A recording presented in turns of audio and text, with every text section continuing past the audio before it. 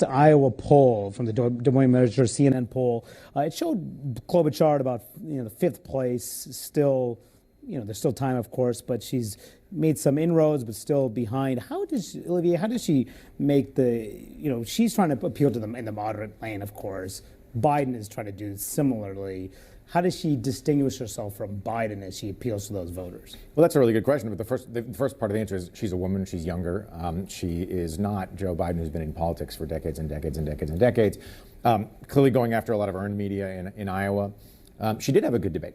She did. She punctuated a lot of her answers with a good one-liner. It was a memorable debate. It was a better debate overall because we no longer had 3,500 candidates on stage.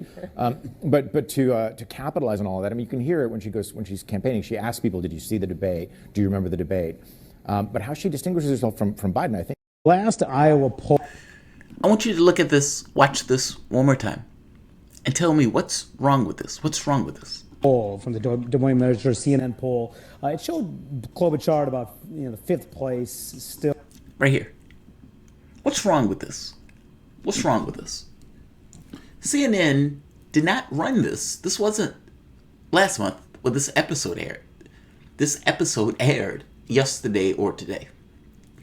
But look at the date on this poll. November 8th through 13th. Buttigieg, 25%. Warren, 16%. Biden, 15%. Sanders, 15%. Klobuchar, 6%. Now this video supposedly is about Klobuchar. They're talking her up. Fair enough. But my problem is this. We're not in November. We're not in November. We're in a fluid race. If I showed you a poll from last year, would that poll be relevant to now? Probably not. If I showed you a poll 2 months ago, would that be relevant to now? In a fluid race, probably not. CNN paints a picture here of what is taking place in Iowa. And you know for yourself, there are hundreds of polls all over the place. These things come out like every other day. Supposedly, there's not another qualifying one to come out for 2 weeks, but these polls come out often. This poll has a 4.4 point margin of error, not the greatest in the world, but it's just one. But it paints a picture. Bernie Sanders, fourth place. At least that's what it looks like based on this polling going all the way back to November. Now, understand that CNN wants to use their own Des Moines Register poll. Their name is attached to it. But what is the objective? Is the objective to use your own poll, or is the objective to give an accurate representation of the world?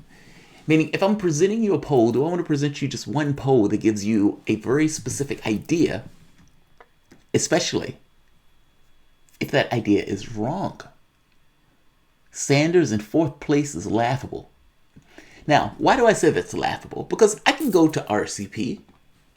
I wanted to call this video CNN rigging polls, but it's not technically them rigging polls. It's more so them just lying to their audience about reality. Let's go to Iowa. Easy thing to do.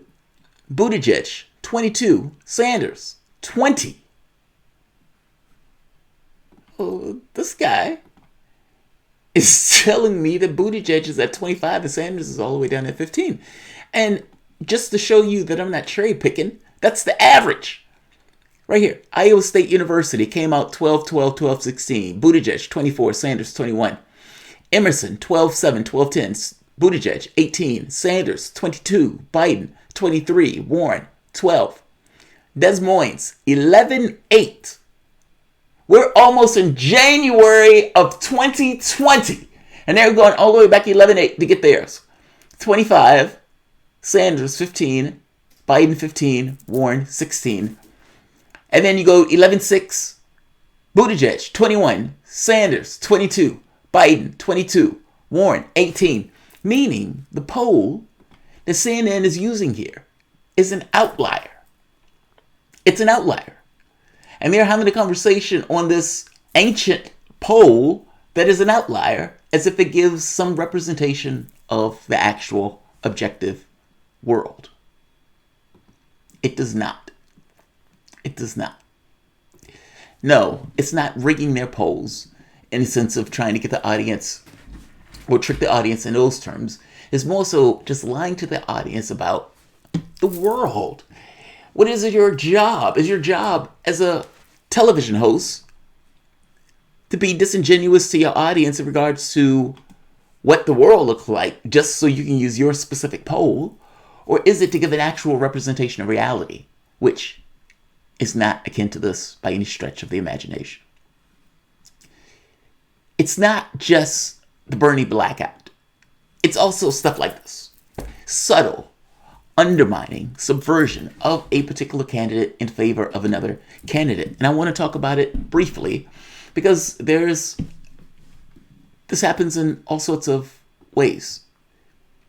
MSNBC, or let's say Politico, has come out with an article that essentially has started to accept Bernie Sanders as a thing, meaning Democratic elites have finally started to accept Sanders. We got to accept the guy. We hated the guy, but now we have to accept the guy. And there's been analysis pointing to stuff like this and to determining how much they talk about Sanders and how much of that time is positive or negative. When people say the Bernie blackout is real, the Bernie blackout is real. Welcome to the Soapbox.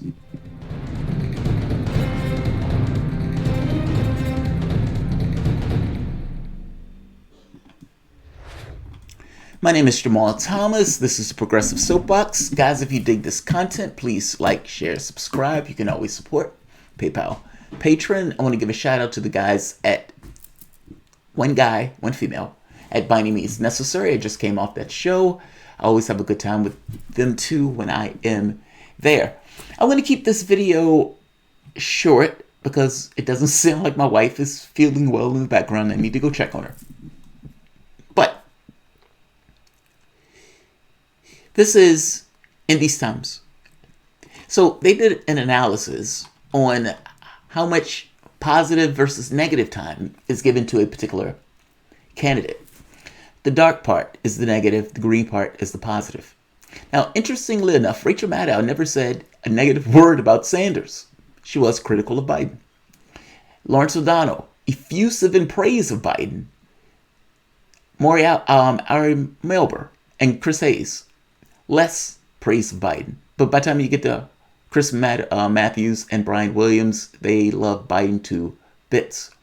Now, same thing with Warren, but Warren gets a lot of much more positive attention from MSNBC. Look at this. All of this green. But look at Sanders. Now, Ari Melber and Chris Hayes have been less critical of Sanders. And so has Lawrence O'Donnell. But look at Matthews. And look at Williams. And when they did the analysis, this was coming out to be cacophonous. Now, before getting to anything else, I want to also go into this. So this is how often a candidate is mentioned on a particular network. Look at this, CNN. Biden mentioned 658, Warren 297, Sanders 266. Now, he's doing a measurement that makes a comparison based on polling, meaning this guy is in a number 2 spot and you're mentioning him this much less than the other person. And in this case, what? Two-thirds less than Joe Biden? Let's go to the next network, MSNBC. Biden, 665. Warren, 395. Buttigieg, 344. Klobuchar, 243. Sanders, 238.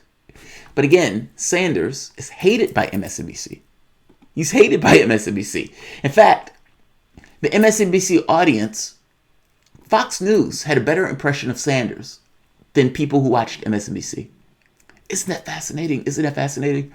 That tells you about the type of coverage he's been getting on the network. Let's go to the next one. Fox. Biden, 624. Warren, 258. Sanders, 224. Buttigieg, 184. Now, there's also one secondary aspect that could explain some of this also. Hunter Biden. Now, because of the impeachment hearings, Hunter Biden has been getting a lot of airplay in regards to what has been taking place from him in the Ukraine and the way that Republicans bring him up, and Democrats, for the most part, try to get rid of him. And so that creates this kind of cacophony of conversation. So it's possible that some of this can be explained just through that phenomenon by itself. ABC, CBS, and NBC mentions Bloomberg, 43, jumps up. That's what $100 million give you. Biden, 17, Warren, 14, Sanders, 12. I hope you can see a trend here. It's not just that Sanders gets the blackout. It's also he gets negative attention when he is talked about. Now, it also needs to be understood. CNN, MSNBC, Fox News, their audiences are, 60s? I think it was like in their average 60s or 70s. So the people we're talking about are ancient.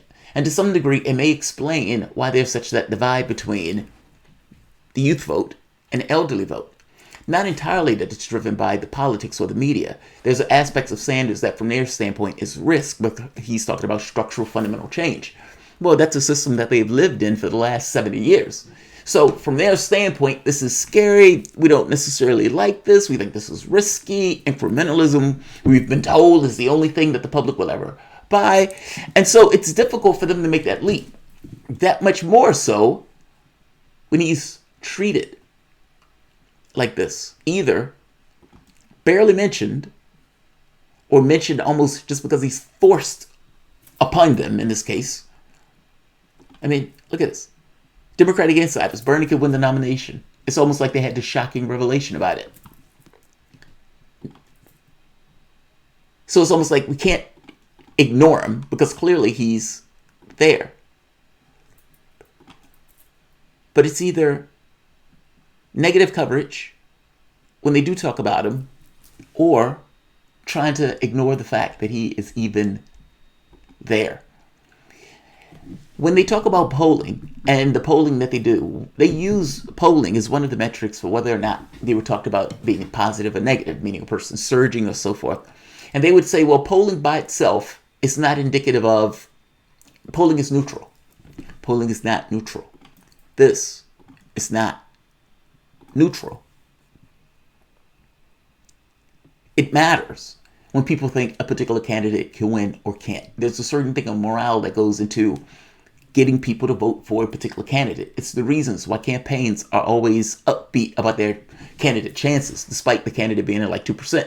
It's like, no, we have a pathway to victory. It's like, dude, you're at 2%. Yeah. But all of these other people could die, and our candidate could potentially, get abducted by aliens or something.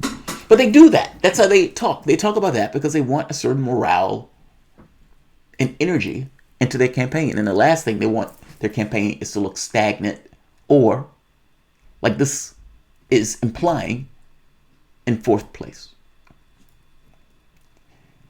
If you didn't go onto RCP, or if you weren't paying attention to the other polls, and CNN was your lifeline in regards to what you thought was politically possible, you would be looking at a Sanders at fourth place. And again, I make the point to you that reality, second at worst. And again, that's not one, that's an average. That's multiple polls. CNN's poll in this is an outlier, meaning they're giving you an outlier as if it's reality. That's a negative. I'm sorry, that's a negative. That has to be counted as a negative. And it is not true, nor is it an accurate representation of what the landscape looks like currently in Iowa. I'll leave it here. I'll put the articles at the bottom, but this thread on this from this gentleman is fascinating. He goes into global mentions from the various candidates and everything else, and he's making this argument about a Bernie blackout, and he's giving you the percentages or the difference from where they are polling versus the amount in which they're talked about. Making this very basic point that Sanders and Biden are like the 1 and 2 at this point. It's established. It's not what I think. I can look at the polling, and it's what I know in regards to trends. And yet you don't talk about Sanders in the terms of the spot to which he occupies. That's the argument. And I think that argument is fair enough. And then this, talking about the blackout of Sanders and the negative commentary about him when they do talk about him, is also fascinating. The Bernie blackout is real. Don't let them tell you otherwise. And just to give you an example, just one. Chris Williams. Chris Williams is pissed off that Bernie Sanders said that people who work at a particular company may orient themselves around the billionaire that owns that company, like media outlets. Now, this is flagrant liar Chris Williams that got caught lying, fired from his job for being caught lying, but he's not too inept or habitual of a liar to end up at MSNBC. Did you really get shot at when you were in that copter, Chris? So let's hear this. Listen to what happens. 2020 campaign for the Wall Street Journal to favor. Jeff Bezos allows our newsroom to operate with full independence, as our reporters and editors can attest. Well, today, Sanders scaled back his criticism a bit during an interview at CNN, saying, quote, "My criticism of the corporate media is not that they are anti-Bernie, that they wake up, in the morning and say, what could we do to hurt Bernie Sanders? That's not the case. That Jeff Bezos gets on the phone to the Washington Post. There's a framework of what we can discuss, what we cannot discuss, and that's a serious problem." Joining our conversation to talk about this, Eliza Collins, politics reporter covering the 2020 campaign for the Wall Street Journal. And because it's Washington Post germane, we've asked Robert Costa to stick around for this conversation as well. Eliza, the tweet from last night that caught my attention from the political Twitter site called the Horse Whisperer. Okay, since this is trending, here's my Bernie story. The year was 2016 and Bernie was already long eliminated from contention. An actual Democrat would have stopped torpedoing the nominee and worked to defeat Trump, but Bernie had books to sell. The end. Now, right here. Now, I could show you videos that said Bernie Sanders is anti-woman. I could show you videos where the woman said that Bernie Sanders makes my skin crawl. I could show you. All of them are on MSNBC. This is not atypical. This is the point that I'm making.